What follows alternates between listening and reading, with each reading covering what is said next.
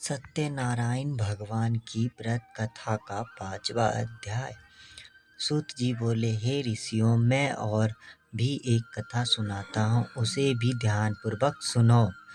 प्रजा पालन में लीन तंगुध्वज नाम का एक राजा था। उसने भी भगवान का प्रसाद त्याग कर बहुत ही दुख सहन किया।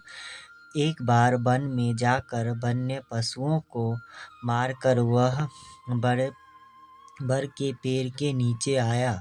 वहाँ उसने ग्वालों को भक्ति भाव से अपने बंधुओं सहित सत्यनारायण भगवान का पूजन करते देखा। अभिमानवश राजा ने उन्हें देखकर भी पूजा स्थान में नहीं गया और न ही उसने भगवान को नमस्कार किया। ग्वालों ने राजा का प्रसाद दिया, लेकिन उसने वह प्रसाद नहीं खाया और प्रसाद को वहीं छोड़ वह अपने नगर को चला गया।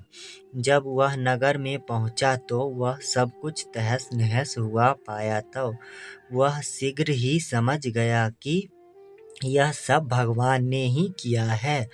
वह दोबारा ग्वालों के पास पहुंचा और विधि पूर्वक पूजा करके प्रसाद खाया तो श्री सत्यनारायण भगवान की कृपा से सब कुछ पहले जैसा हो गया।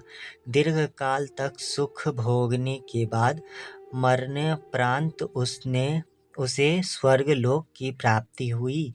जो मनुष्य परम दुर्लभ इस व्रत को करेगा तो भगवान सत्यनारायण की अनुकंपा से उसे धन्य धान्य की प्राप्ति होगी। निर्धन धनी हो जाता है और भय मुक्त हो जीवन जीता है।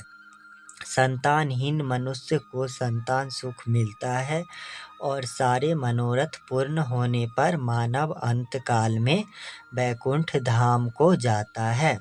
सूत जी बोले, जिन्होंने पहले इस व्रत को किया है, अब उनके दूसरे जन्म की कथा कहता हूँ।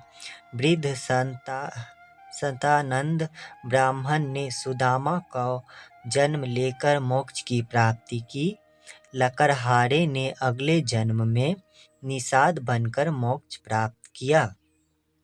उल्कामुख नाम का राजा दशरथ होकर वैकुंठ को गए।